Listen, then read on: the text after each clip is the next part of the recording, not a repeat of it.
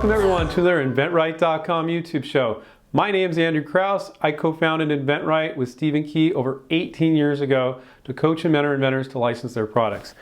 Today, I'm going to answer the question that you guys all want an answer to. Is my invention any good? People ask us this all the time. So I'm going to show you how to figure out if your invention is any good and if you should work on licensing it. So the first thing you need to do is to understand the micro category of your invention. If you're doing a barbecue spatula or a soccer cone or a cutting board for the kitchen, you need to know all the products in that space. And you need to do, my favorite tool is a Google image search and look at all those products in that space. That's the first thing you need to do. Then you need to apply the things that I'm going to talk about here and see if your product offers any of these things or anything else in this area. So what I'm talking about is, how do you know that your invention makes sense? So there's a lot of different reasons why it would make sense. And I'm going to go through those reasons right now. Okay, so get a pen and paper out. So one, the product could be faster. And I'm going to talk in generalities. Once I get into a specific product, it's going to take too long. So the product could be faster than the other products, right? Cheaper or more expensive, it's faster. Okay. Now another thing, it could be more efficient. Is it more efficient? Does it work more efficiently? Okay, these are kind of boring ones. I'm going to get to the good ones. But these are good. If it's faster or more efficient over the other products in the space, the area of your invention, it sounds like it's a good idea to me. Now, I'm not looking at your particular invention, but these are criteria you can use. Now, it could also be more reliable. Maybe the other products in this space tend to break down a lot or what have you, and you made it more reliable where it doesn't break down. Another thing that could be a factor is it safer? That it's safer than the other products in the area. Another factor is that it's easy to use.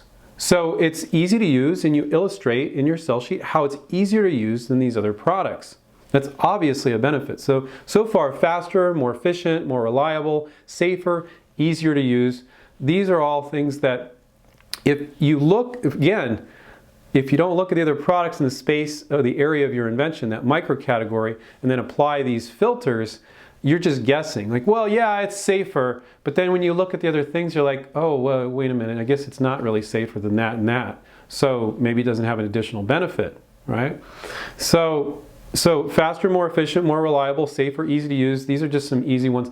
Now, another one that people don't look at enough is it might not be any better. It is not, inventors tend to have this artist mentality, it's got to be better. But it might not be better at all. It might just be cheaper. Maybe you designed it in a way that makes it half the cost of these other products, and it's not better, but it's cheaper, and that's a valid product as well, right?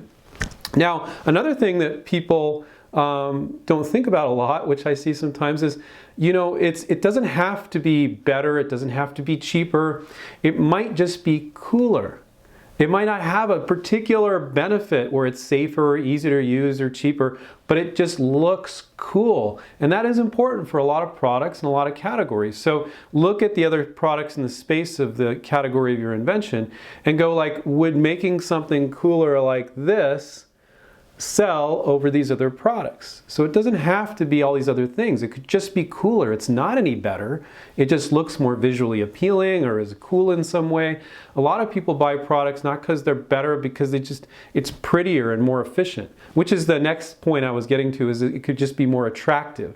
So, you know, what's cool, what's attractive, these are all just words, but you get the idea. It might just be more attractive or be cool for some reason. It might not be more attractive, but it has this cool factor because of what it does and how it works. And yes, I'm talking in generalities because you guys have inventions in every area imaginable. So that's what I have to do with this video. So, and then of course there's what every inventor usually thinks of it, is it solves a problem. You know, that is the most common. But here's the thing, does it just solve a problem for you, or is it solving a problem for others? So you have to take a look at all the products in the space and the category of your invention and go, well, this one solves this problem and this problem, and mine solves this problem, and you look around and you go, well, you know, nobody else is solving that problem. It's a great thing when you see other people solving the same problem and you're solving it as well, but you're doing it differently. Maybe you're doing it cheaper, maybe you're doing it better. Maybe it's just literally just a different way of solving the same problem and it appeals to a certain percentage of people, but the other product is equally viable.